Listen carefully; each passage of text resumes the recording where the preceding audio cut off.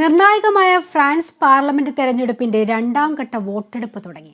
ആദ്യഘട്ട വോട്ടെടുപ്പിൽ മറീന ലെ പെന്നിന്റെ നേതൃത്വത്തിലുള്ള തീവ്ര വലതുപക്ഷ പാർട്ടിയായ നാഷണൽ റാലിക്കായിരുന്നു വിജയം.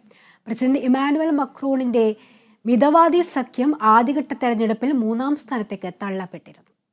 ഫ്രഞ്ച് പാർലമെന്റിന്റെ അധോസഭ എന്നറിയപ്പെടുന്ന ദേശീയ അസംബ്ലിയിലെ 577 സീറ്റുകളിലേക്ക് നടന്ന ഒന്നാം ഘട്ട തെരഞ്ഞെടുപ്പിൽ 33% വോട്ടുകൾ നേടി തീവ്ര വലതുപക്ഷ പാർട്ടിയായ നാഷണൽ റാലി വിജയിച്ചിരുന്നു.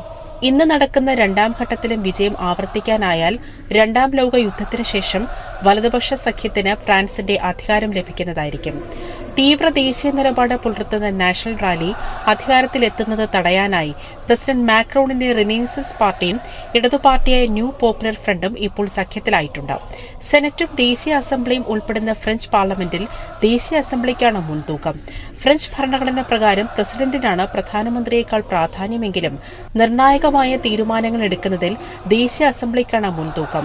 ലീഡ് ചെയ്യുന്ന സ്ഥാനാർത്ഥിക്ക് 50% വോട്ട് കിട്ടാതിരിക്കുകയും പോളിംഗ് കുറഞ്ഞ മണ്ഡലങ്ങളിലുമാണ് രണ്ടാം ഘട്ടത്തിൽ വോട്ടെടുപ്പ് നടക്കുന്നത്.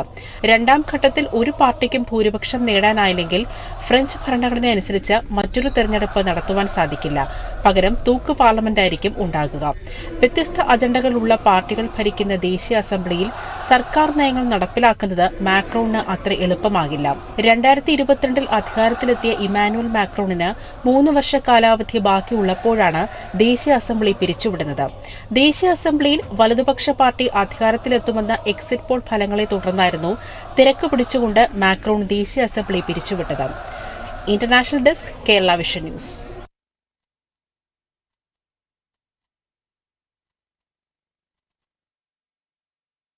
ഇടുക്കി ഇരട്ടയാർ ഗാന്ധിജി സർക്കാർ ഇംഗ്ലീഷ് മീഡിയം സ്കൂളിലെ വിദ്യാർത്ഥികളെ മാനേജ്മെന്റ് സ്കൂളിലേക്ക് മാറ്റിയ സംഭവത്തിൽ കുറ്റക്കാർക്കെതിരെ 1 മാസം കഴിഞ്ഞിട്ടും വിദ്യാഭ്യാസ വകുപ്പ് നടപടിയെടുത്തില്ല.